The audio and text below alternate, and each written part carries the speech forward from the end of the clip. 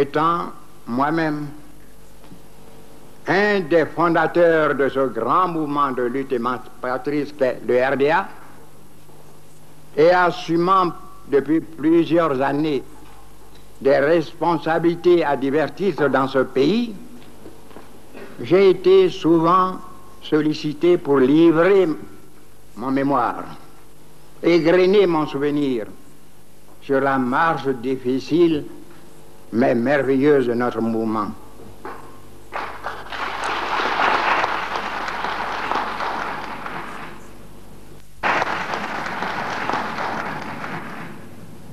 Avec humour, alors que l'humour n'est pas français. Je vous ai toujours répondu en souriant. Il y a deux grands personnages au monde qui n'ont jamais écrit, qui ne diraient même pas un mot, mais une seule lettre, mais qui sont cependant les plus lus dans le monde, Mahomet et Jésus-Christ. Et vous m'avez dit qu'ils ont fait écrire par leurs disciples. Mais vous êtes aujourd'hui ici rassemblés, jeunes vieux, disciples de mon action.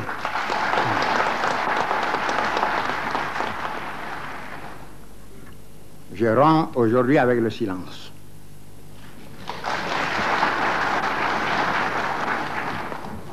Je vais vous apporter ma modeste contribution dans l'effort admirable que chercheurs et historiens ivoiriens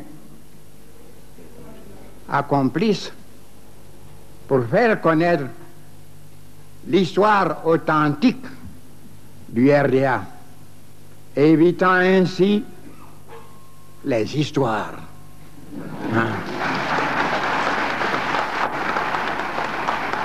Que ceux qui ont brillé par leur absence, et c'est le moins dire, veulent débiter pour masquer leur carence. Je ne vais pas passionner le débat. L'histoire est un témoignage, donc repose sur la vérité.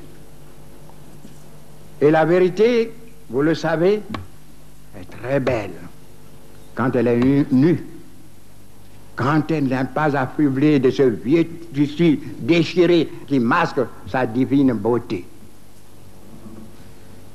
Je vais vous livrer ce que j'ai vécu.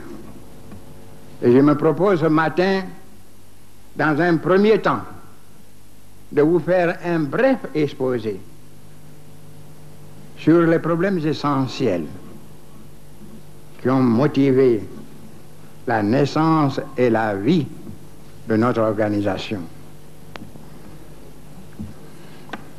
La naissance laborieuse du RDA, elle est peu connue. Je voudrais, avec un petit recul en arrière, pour vous faire comprendre pourquoi nous avons créé le RDA. En 1945, beaucoup de chercheurs n'étaient pas nés. En 1945, après la grande promesse qu'il avait faite à Brazzaville en 1944, j'ai nommé le général de Gaulle, ce grand homme qui a beaucoup fait pour notre pays et dont nous ne saluerons jamais assez la mémoire. Le général de Gaulle avait promis de conduire les peuples dont la France avait la charge jusqu'à la liberté de gérer démocratiquement leurs propres affaires. C'est la raison pour laquelle, pour la première fois dans l'histoire de la République française, nous, territoire, colonie en ce temps-là, colonie française de l'Afrique, avons été sollicités pour envoyer des représentants au Parlement français, alors que seul, avant 1947, était représenté le Sénégal. Je vous éviterai les détails. La lutte difficile que nous avons dû mener pour nous faire élire librement par nos chers compatriotes. Ce que vous deviez savoir, c'est que les candidats suscités par la colonisation, appuyés par la colonisation, ont tous été battus dans tous les territoires africains. On avait trié sur le volet la liste de ceux qui pouvaient voter. Les chefs de canton, les fonctionnaires, les quelques employés de commerce, les anciens combattants. On a cru qu'on pouvait influencer cela. Mais dans un sursaut de conscience, ils ont dit non. Et ils ont voté pour les véritables défenseurs de l'Afrique. Nous voici à Paris, sur les bords de la Seine. Une poignée de jeunes gens venant défendre les libertés confisquées par la colonisation, notre dignité, il ne faut jamais oublier cela, piétinée par eux. Mais nous étions dans une assemblée de plus de 627 membres, une infime minorité. Force nous est de rechercher des alliances. Or, en 1945, et De Gaulle était encore au pouvoir, il y avait 3 formations politiques qui se répartissaient, qui se partageaient les responsabilités du pouvoir, à savoir le Parti socialiste, le MRP et le Parti communiste. Notre doyen d'âge, notre cher doyen, Lamine Gueye, l'élu du Sénégal, nous avait proposé de nous apparenter tous à son parti, la SFIO dont il était depuis longtemps membre, la section française de l'Internationale ouvrière, devenue aujourd'hui le Parti socialiste. C'est moi le plus jeune, représentant la Benjamine des colonies françaises de l'Est à Ouest, qui avait demandé à Lamine de ne pas insister. Nous avons besoin des voix concertées et massives de ces 3 formations au pouvoir. J'ai demandé à ce que nous nous répartissions entre ces 3 formations pour que chaque fois que nous aurions à défendre les justes aspirations de nos peuples, ces voix nous apportent leur concours massif. Mes amis ont accepté, mais tous immédiatement se sont empressés. Qui de s'inscrire au Parti socialiste, qui au MRP. Il me restait moi seul. Saisissez ce point de notre histoire. C'est moi qui ai demandé à ce que nous nous inscrivions, nous nous l'associons aux 3 formations politiques. Et j'étais seul. Que faire? Il n'y avait pas un seul inscrit au Parti communiste. Philippe Dabo Sissoko, paix à son âme, m'a dit: nous sommes tous les 2 représentants de la bourgeoisie africaine. On n'a pas recruté les émules compagnons de Lénine dans la famille des Césars. Il s'agit pour nous ici d'une alliance temporelle, non pas permanente. Pendant la dernière guerre, les Européens et les Américains libéraux se sont joints aux communistes russes pour combattre ensemble l'illutérisme. Après la guerre, ils se sont séparés. Les Russes ont conservé leur régime. Les Américains et les Européens les leurs. Nous allons contracter une alliance tactique. Nous ne serons pas membres du Parti communiste. J'ai des amis d'Astier, de la Vigérie, de Chambrin, Pierre Cotte, membre du MUR, devenu aujourd'hui le Parti progressiste français. apparentés au groupe parlementaire communiste, au groupe parlementaire et non pas au parti communiste. Je vais leur demander de nous accepter comme apparentés à leur groupe. Donc nous n'étions pas directement apparentés au groupe communiste, encore moins au parti communiste, mais uniquement au parti progressiste de Dastier de la Vigérie. C'est eux qui nous ont apporté à l'apparentement du groupe parlementaire communiste. Mais de 1945 à l'avant-veille du congrès historique de Bamako en octobre 1946, nous avons travaillé dans une union totale, l'union dans la diversité. Tous les élus, comme un seul homme, soutenaient les causes que les uns et les autres présentaient au nom de l'Afrique.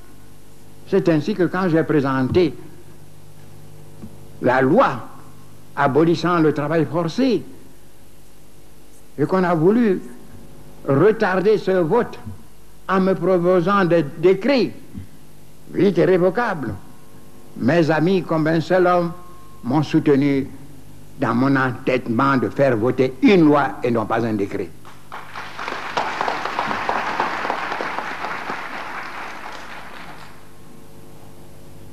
Mais nous avons travaillé la main dans la main, confiants les uns dans les autres. Et nous avons obtenu dans la première constituante des résultats inespérés. Le président Guy Mollet, qui devrait m'appeler à son gouvernement en 1956, m'avait dit ceci: quand De Gaulle nous a demandé de laisser siéger avec nous des élus des territoires d'outre-mer, nous avons eu peur. Nous avons craint que vous ne veniez siéger à la droite avec les élus que nous combattons ici. Ah, si nous savions que vous alliez tous siéger à gauche, bien nous aurions accepté non pas une représentation symbolique, mais une représentation vraiment proportionnelle au chiffre de vos populations. Mais nous avons travaillé si bien qu'à la première constituante, au titre 8, nous avons obtenu l'augmentation de la représentation des territoires d'outre-mer. Malheureusement, cette constituante a été rejetée sur la demande du général de Gaulle, non pas contre nous, mais contre la partie concernant la République française. Les colons se sont ressaisis. Ils ont été surpris par ce sursaut de conscience qui nous a fait déjouer tous leurs plans. Ils se sont réunis en états généraux de la colonisation à Douala, avec à leur tête Jean Rose, le plus raciste des Français de Côte d'Ivoire.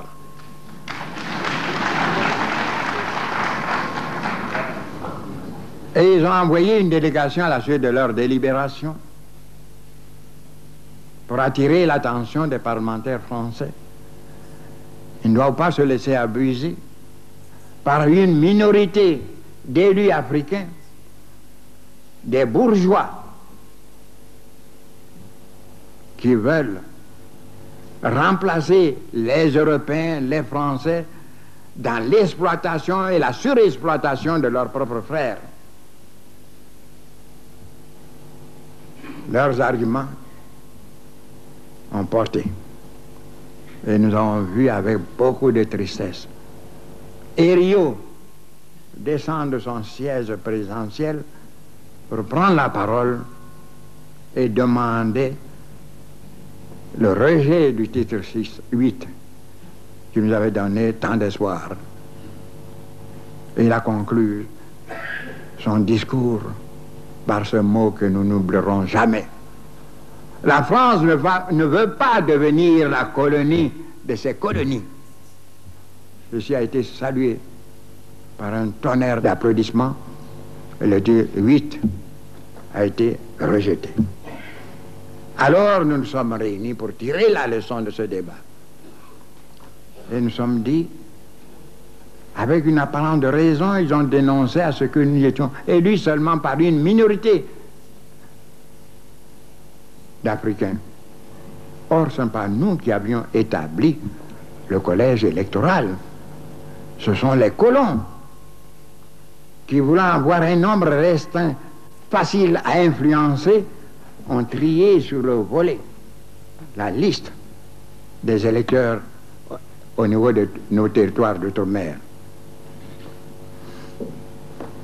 Nous avons donc demandé à ce que nous soyons appuyés par un grand mouvement africain, un grand mouvement populaire qui pourrait soutenir notre action au Parlement français. Prolonger l'action que nous-mêmes nous venons de mener dans la diversité, puisque aussi bien nous étions les uns avec les communistes, Philippe Bosséco et moi, les autres avec la SFIO, d'autres avec le MRP, d'autres avec le Parti radical socialiste. Donc nous aurons un mouvement populaire en Afrique, indépendant de toute formation politique métropolitaine. Soulignons cela. Et dont les élus seront autorisés pour plus d'efficacité de leur action à s'inscrire dans telle ou telle formation politique française. Voilà les raisons qui ont motivé la création du RDA, le Rassemblement démocratique africain.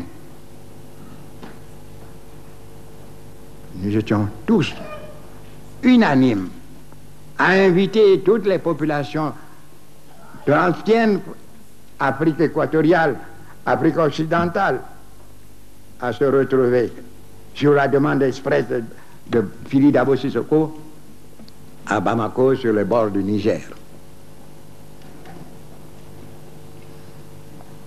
Mais nous avons compté sans les impénitents de la division, les éternels diviseurs. Alors que se sont accourus qui à pied, à cheval, à bicyclette, qui par voie de quelques rares avions ou des bateaux à Bamako au jour choisi, avant-veille de notre départ de Paris, on venait m'apprendre. Je ne donnerai pas de nom, vous comprendrez.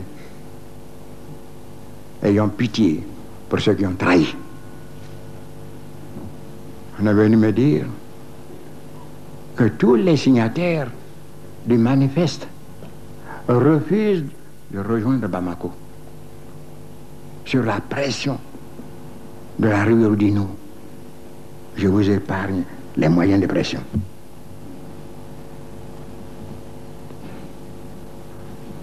Et me voici tout seul. On m'a considéré comme un homme têtu. On ne m'a pas mis au courant de l'arrangement intervenu entre eux et la rue Oudinot. Toujours est-il que je me suis trouvé seul à prendre l'avion pour Bamako. Au moment où j'allais entrer dans l'avion, mon ami et frère, Apiti, ici présent aujourd'hui, est venu.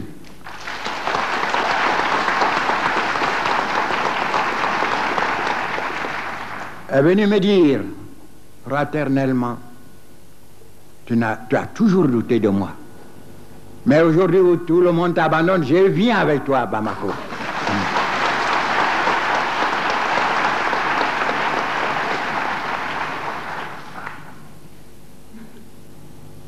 C'était les premières difficultés rencontrées au niveau de Paris. D'autres nous attendaient dans la capitale de l'ex-Soudan français, aujourd'hui Mali. Que ne fut notre étonnement qu'en faisant la sieste chez mon ami Louis Sangaré, mon ancien collègue de l'école de médecine de Dakar, les vétérinaires, Barbé, Darboussier, Lagui Sidibé, vinrent me trouver en me disant tout est perdu. Puis les Dabo Sissoko haranguent la foule sur la place du marché, demandant à ce que non seulement le Soudan français ne s'associe pas au Congrès, n'assiste pas au Congrès, mais demande au peuple soudanais, au peuple de Bamako, de nous chasser de la capitale. Alors on me conseillait de rejoindre Abidjan. Je ne sais pourquoi. J'ai refusé de rejoindre Abidjan, tête baissée.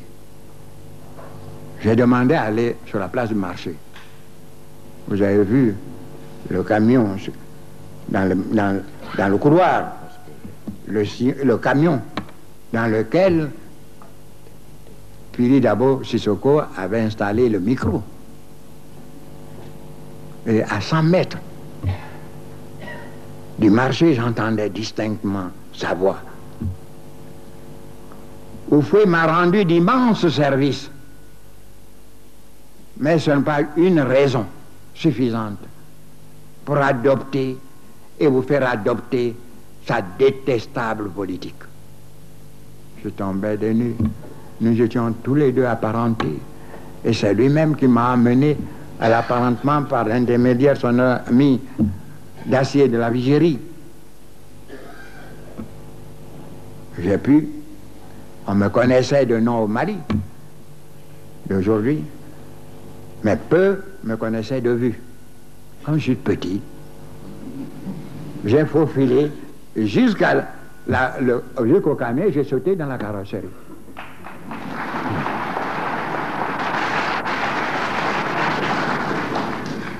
Quand il eut terminé sa diatribe, j'ai demandé s'il pouvait me permettre de m'adresser à son peuple.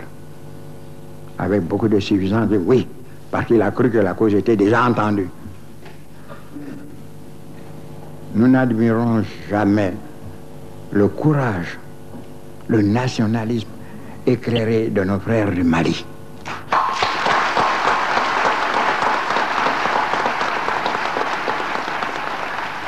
Si en 1946, un étranger était venu à Abidjan pour me porter la contradiction au cours d'un meeting, jamais les Ivoiriens ne lui ont permis d'avancer une seule mot, une seule phrase.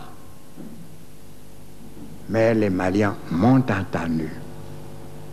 Et durant ma longue carrière politique, jamais je n'ai été aussi acclamé, applaudi que ce jour-là, sur la place du marché.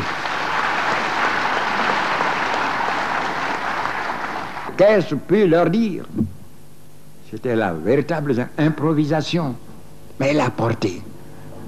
Tour à tour, les cadres du Mali, appartenant au parti de Philippe Dabusco, se sont succédés pour inviter Pili à reconsidérer sa position. Il n'admettrait pas cette trahison.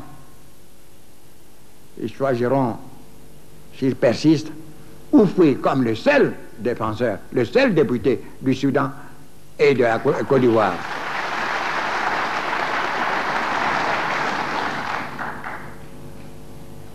Philippe Dabo a subi. Et il a accepté de siéger avec nous le lendemain. Je l'ai proposé comme président de séance. Et je me souviens encore, quand il s'était levé pour dire sa première phrase, « Votre congrès », la salle debout, unanime, dit « Dites notre congrès ».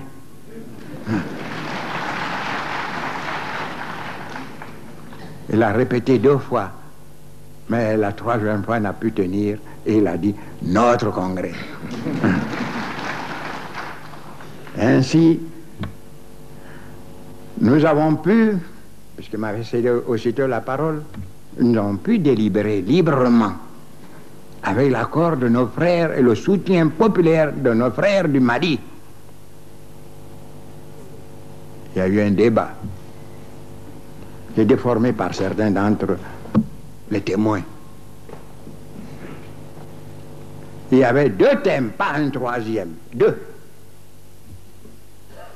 Nous avons été obligés de leur dire comment les autres partis politiques français ont obligé nos frères à se renier, à trahir l'Afrique. Les jeunes qui parlent beaucoup avec leur cœur ont demandé dans ce cas-là que le mouvement soit placé sous la protection avec l'affiliation directe avec le Parti communiste. C'était une erreur. J'ai défendu la thèse contraire. Parce qu'il fallait laisser une porte ouverte à nos frères. Ils pourraient se ressaisir. Si nous avions été tous là, la question ne se serait même pas posée. C'était continuer l'action que nous avons menée dans l'union dans la diversité, pour plus d'efficacité à notre action. J'étais presque en minorité. J'ai insisté. Je ne sais pas si j'ai pu convaincre mes frères. Mais par considération pour moi, je suis venu pratiquement seul avec Apiti tenir ce congrès, ils ont accepté que nous placions notre mouvement, ce n'est pas un parti, un mouvement politique, en dehors de toute affiliation avec les partis politiques français, pour que les élus de cette formation, librement, comme je l'ai dit au début, choisissent pour plus d'efficacité de notre action commune telle ou telle formation politique française. Nous avons laissé la porte ouverte. Elle est toujours ouverte. Ils ne sont pas venus. Et c'est la longue traversée du désert pour le RDA. Une marche douloureuse de 46 à 56, date à laquelle, pour la première fois, un ministre français, Feu Guy Mollet, appelait le RDA à collaborer avec le gouvernement français. Alors que nous avions été considérés, même malgré le désapparentement, comme l'avant-garde avancée du communisme, et comme tel, nous avons été combattus. Nous ne sommes pas venus pour faire de procès. Nous sommes venus pour écrire l'histoire authentique du RDA. Mais de 46 à 56, seuls les militants du RDA ont été combattus. Ils ont subi la répression la plus sauvage, parfois même sanguinaire. Où étaient les autres?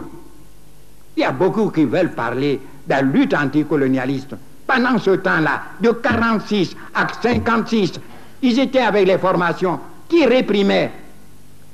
Nous avons connu nos...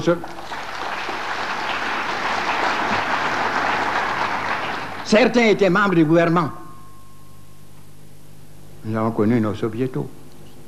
Non pas par le nombre de victimes, mais par la façon dont on a tué les uns et les autres. Nous avons connu le soviéto. À Dimbokro, à Boisflé, à Séguéla.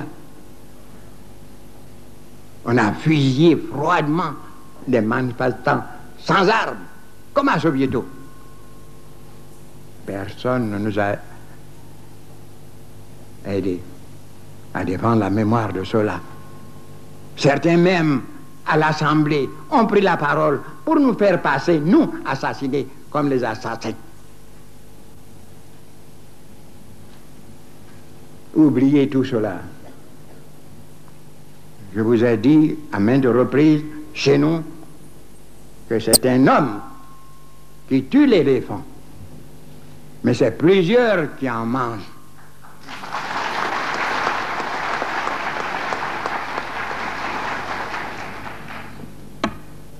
Vous savez qu'il est très dangereux de faire la chasse d'éléphants. L'éléphant, trop souvent, a eu raison de ses chasseurs. Donc le chasseur risque sa vie. Mais si, malgré cela, il arrive à abattre l'éléphant, et que ses frères, unis, dépècent ce pachyderme, pour que chacun d'entre eux en ait un morceau, il ne considérait pas les risques qu'il a encourus pour abattre l'animal. Mais ce qui lui fera souffrir, et vous comprendrez, c'est que les frères villageois, dans la mésentente, dans la désunion, laissent le soleil taper sur ce pachyderme, la pluie percer sur ce pachyderme, jusqu'à le voir pourrir sans que cela puisse servir à qui que ce soit dans le village. Alors là, il regrette d'avoir risqué inutilement sa vie. Ce n'est pas notre cas, nous. Nous sommes fiers de ce que nous avons pu faire ensemble. Je vous ai parlé de cette traversée de désert. Que de larmes, que de sang, que d'humiliation. Mais vous avez tenu. Et grâce à votre ténacité, nous avons pu arriver jusqu'en 1956 dans la collaboration avec le gouvernement français pour rétablir la réalité. D'autres avant nous étaient au Parlement français. Ils représentaient quoi? Le parti, le pays légal, à la suite de fraudes électorales. Nous étions écartés, nous qui représentions le pays réel, écartés aussi par les fraudes électorales. Mais nous avons tenu. Et Dieu est venu à notre secours. En 1956, nous emportions presque tous les sièges. Ils sont là, les témoins de cette traversée du désert.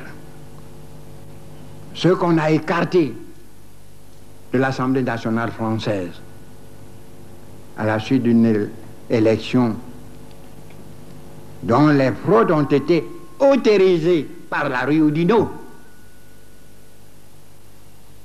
Il nous a donné seulement 3 sièges. Un siège au Mali, feu Mamadou Konaté.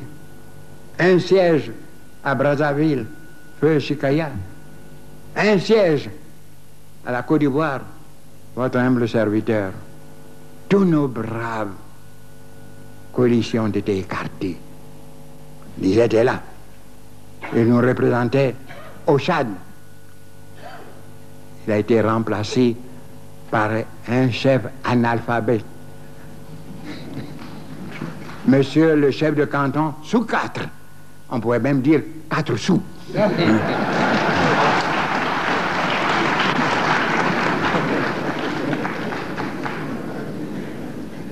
Nous sommes restés 3 à mener la lutte à la fois à l'intérieur, en France, et à l'extérieur. Des lettres nous parvenaient de tous les côtés, déchirant les unes que les autres. Mais nous avons tenu. Et nous sommes arrivés à la loi cadre. Je vous ai dit que je ne ferais que survoler quelques éléments de cette lutte. On a déformé la loi cadre, comme on a déformé la communauté franco-africaine, comme on a parlé des indépendances. Je me dois de rétablir la vérité. Et personne ne pourra m'apporter le plus petit démenti.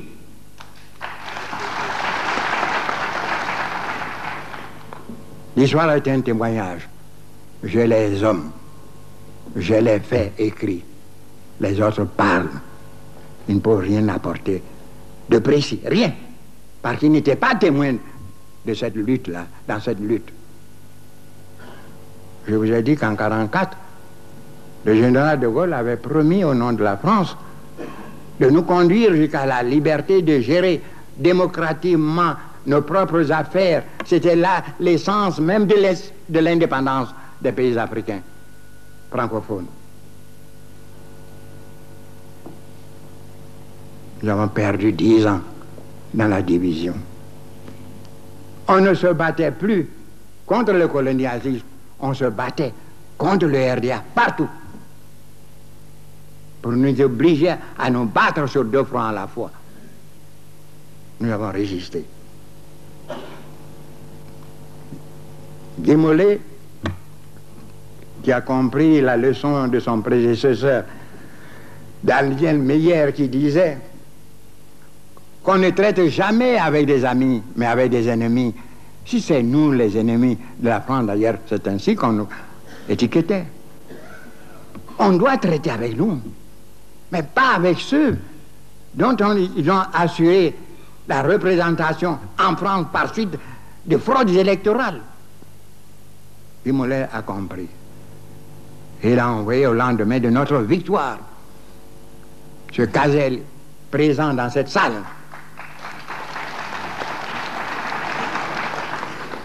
pour me demander d'oublier le passé et de participer avec notre grand parti au gouvernement de la République française.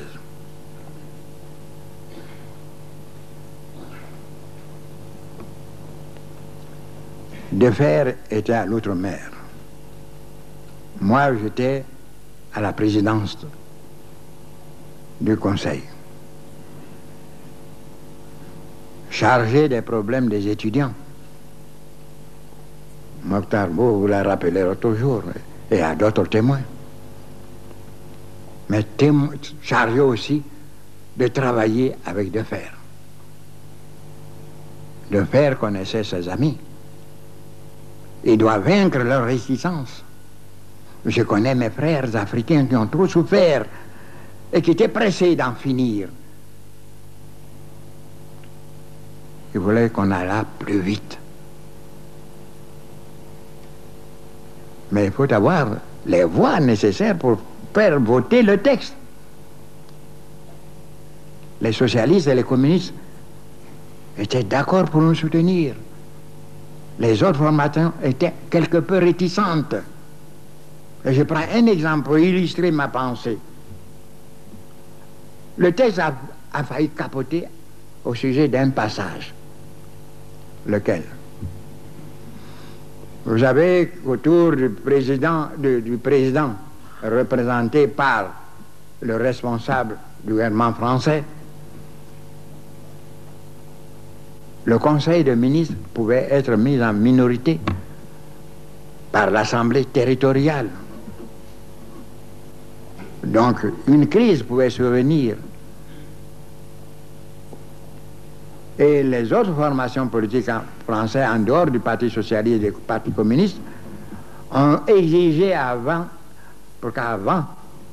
que cela ne puisse déboucher sur un changement de gouvernement par la communication préalable des délibérations au gouvernement français. C'était dans une certaine mesure pour limiter les crises, le nombre de crises dont souffrait la France elle-même. Mes amis se sont opposés en disant que c'était limiter leurs droits souverains. Le MEP a refusé de voter le texte si on n'acceptait pas cet article. Je faisais le va-et-vient entre Defer, qui essayait de convaincre ses frères européens, français, et moi pour convaincre les miens, surtout Feu Sékou Touré et Feu Ouézin Coulibaly, nos jeunes Turcs et braves.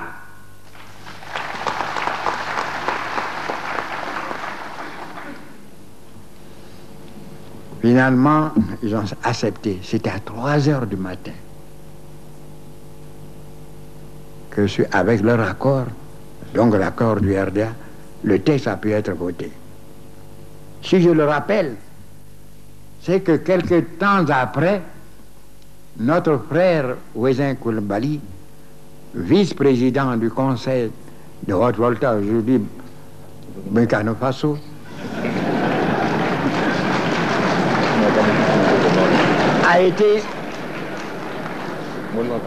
a été mis en minorité par le groupe de Nazi Boni.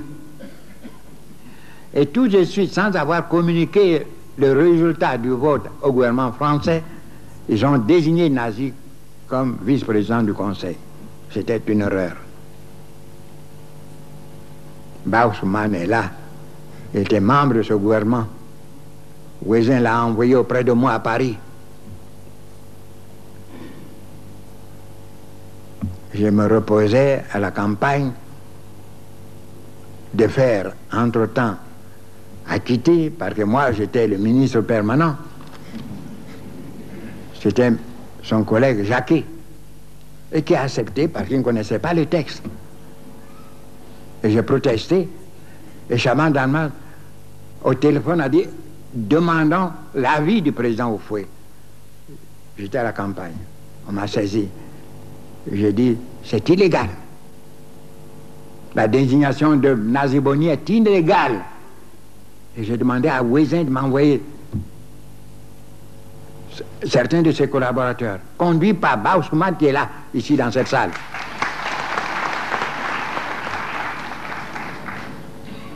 J'ai dit, jusqu'au prochain conseil, nous avons le temps de changer la face des choses.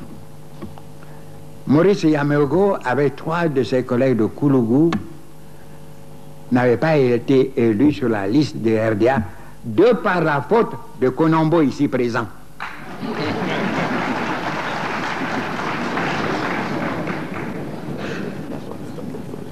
Il a minimisé sur le rôle, la capacité de Maurice Yameogo, et malgré ma présence à Bobo pour les aider à constituer une liste valable, ils ont écarté Maurice Yameogo en disant qu'il serait battu. Et c'est lui qui les a battus dans la région de Koudougou. Nous enlevons 4 voix, 4 sièges. Alors j'ai fait appeler Dette, un Européen. Et je lui ai demandé d'aller voir Maurice Yameogo pour qu'il repense sa position, pour qu'il rejoigne le RDA. C'était une erreur que Konombo nous a fait commettre. Mais il ne peut pas laisser Nazi Boni au pouvoir. J'ai réussi. Et quand on m'a téléphoné au lieu où je me trouvais, mission accomplie, j'ai rejoint Paris. Et le lendemain, c'était le conseil des ministres. Et j'ai prouvé que la désignation de Nazi Boni était illégale et qu'il fallait recommencer le vote.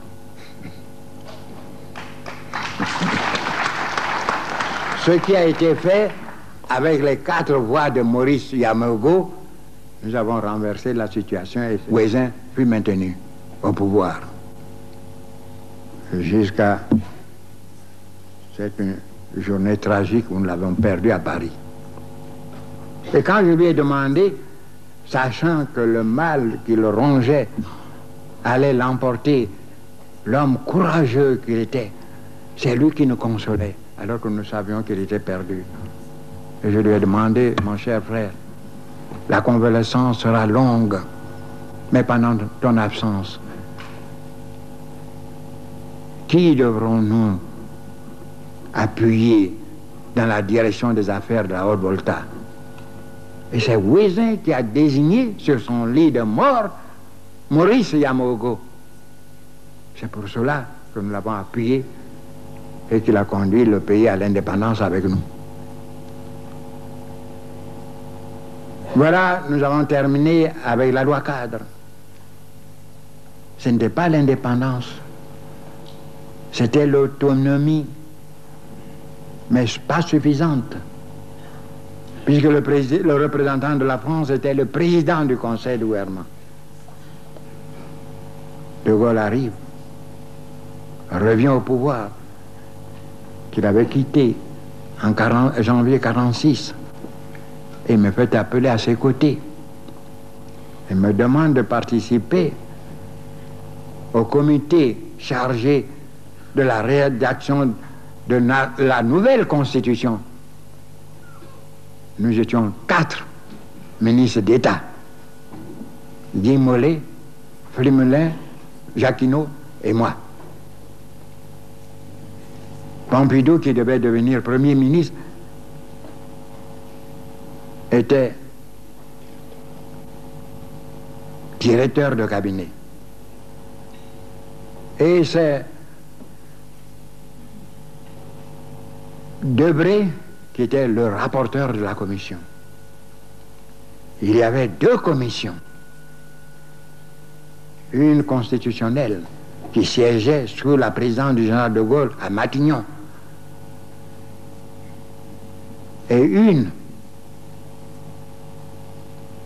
comité consultatif qui comprenait tous les élus d'outre-mer et sous la présidence de Paul Reynaud. Le général de Gaulle avait beaucoup d'égards pour cet homme. Vous savez, c'est lui qui l'a appelé pour la première fois à ses côtés dans un gouvernement. Malheureusement, c'était la débâcle. Le général s'est souvenu de cette attention particulière de Paul Reynaud. Donc j'étais seul Africain, membre du comité constitutionnel. Et tous les autres élus étaient membres du comité consultatif. De Gaulle nous a demandé, et je veux que vous reteniez cela pour qu'on ne vous parle plus des histoires. Les faits sont là, les acteurs sont présents. Ils ont perdu 2, les autres, Dieu merci, sont encore en vie. De Gaulle m'avait demandé de dire à mes frères d'outre-mer, notamment les Africains, ce qu'ils voulaient voir inséré dans la nouvelle Constitution. Mes amis sont opposés à ce que nous appelions les autres. Je ne vais pas les désigner. Les autres, disons cela. C'est suffisant. J'ai insisté. Et nous tous, nous étions réunis à Salle Colbert. C'était la plus grande salle en ce temps-là, au Parlement français. Tous les élus d'outre-mer étaient présents. Nous avons même invité certains étudiants avec nous. La discussion a duré plus de 4 heures. Mais le débat était libre. Et nous avons su ce que voulaient nos frères. L'élargissement de la loi cadre. Qu'est-ce à dire? Au lieu d'un vice-président du Conseil, on aura un président du Conseil dans une autonomie plus large. Au lieu de plusieurs affaires communes, on l'a ramené à 3. La monnaie, la défense, les affaires étrangères.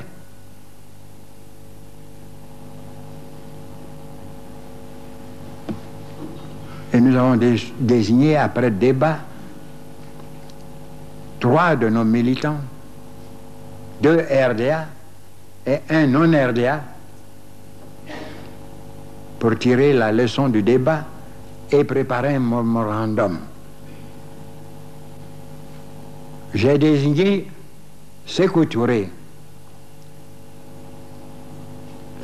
ceux qui l'ont dévancé au Parlement, puisque Sékou n'y était venu qu'en 1956, n'étaient pas contents.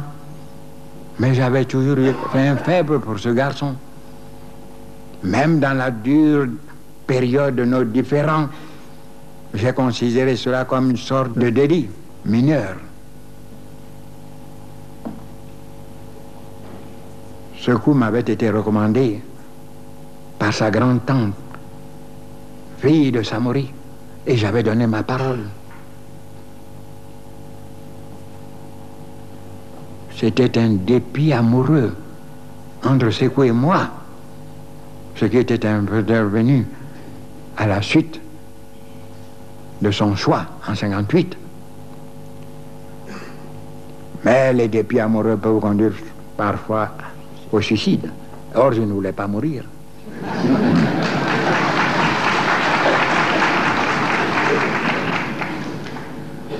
Donc, voici le texte du mémorandum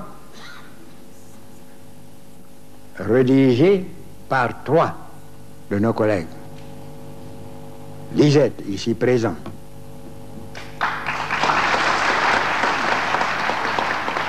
Sékou Touré, aujourd'hui disparu. Et au nom des indépendants d'outre-mer, Léopold Sédar Senghor. Le texte élaboré par les 3 m'a été communiqué par nos 2 représentants, Sékou Touré et Lisette. Et avec mon accord, le texte a été rendu définitif. Si je rappelle cela, c'est parce que vous avez posé des questions ici. Qui a écrit le manifeste? Le problème n'est pas là. On était d'accord pour écrire le manifeste. La main qu'il a écrit, c'est pas ça qui importe. C'est l'idée que nous avons mis dans le manifeste.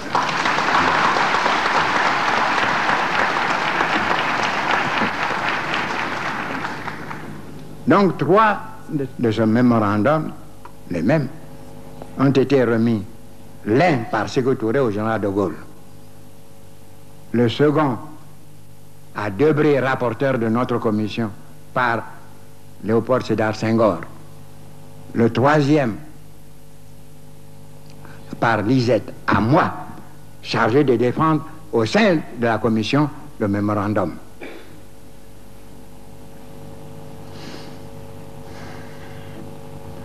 Vous savez, je n'ai pas l'audace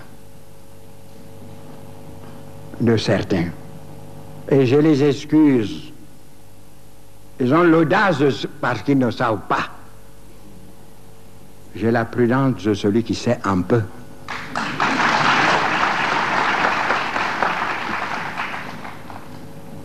Et c'est une règle. Quand on a été au secret d'État avec des hommes,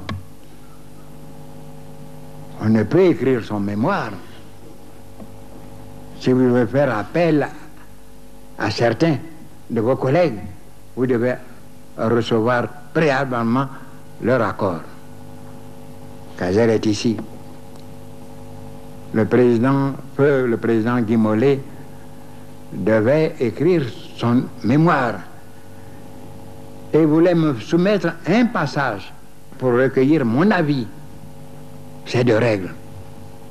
Malheureusement, 3 semaines avant son arrivée à Abidjan, il a été terrassé par la mort. Donc, il y a des choses que je ne peux pas publier sans l'accord de ceux qui ont coopéré avec moi. Néanmoins, je peux vous livrer ceci. Ce n'a pas été facile de faire accepter le mémorandum que nous avons présenté au comité constitutionnel. Partout, c'était le souffle de la liberté, c'était le souffle de l'indépendance. Ce que nous avons demandé, c'était un minimum. Et ce minimum devrait être accepté. Après discussion, le général de Gaulle avait suspendu la séance. Celui contre lequel je m'étais élevé s'est approché de moi. Je faisais le va-et-vient tout seul. J'étais seul, noir parmi eux. Il s'est approché de moi et dit: vous m'avez convaincu, vous avez été émouvant. Je dis: j'aurais préféré vous avoir convaincu. À la reprise, et je l'ai trouvé ce jour-là beaucoup plus grand encore, le général de Gaulle. Il a dit: nous prenons comme base de discussion le mémorandum des Africains défendu par le président Houphouët. Et grâce à lui, nous avons eu satisfaction de A à Z. Je me suis empressé de communiquer la nouvelle à mes amis. Et Sékou s'est empressé lui aussi de rejoindre Conakry. Lui qui avait été longtemps écarté du Parlement français, se voyait du jour au lendemain président du Conseil, maire de Conakry. Or, nous avons envoyé le texte au comité consultatif pour avis. Retenez cela, les chercheurs et les historiens, que personne ne vient vous parler des indépendances.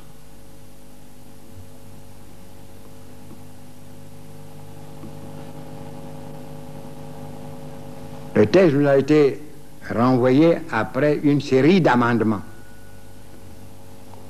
Le général de Gaulle a rejeté tous les amendements concernant la partie de la République française. Par contre, il a retenu un des amendements présentés par le comité consultatif. La révision quinquennale des accords de communauté. J'ai demandé le rejet de cet amendement. J'ai déclaré que c'était constitutionnaliser la méfiance entre la France et nous. Ils vont attendre 5 ans, ce que nous deviendrons, que sera notre comportement avant d'aller plus loin, alors qu'ailleurs, partout, le vent soufflait pour l'indépendance.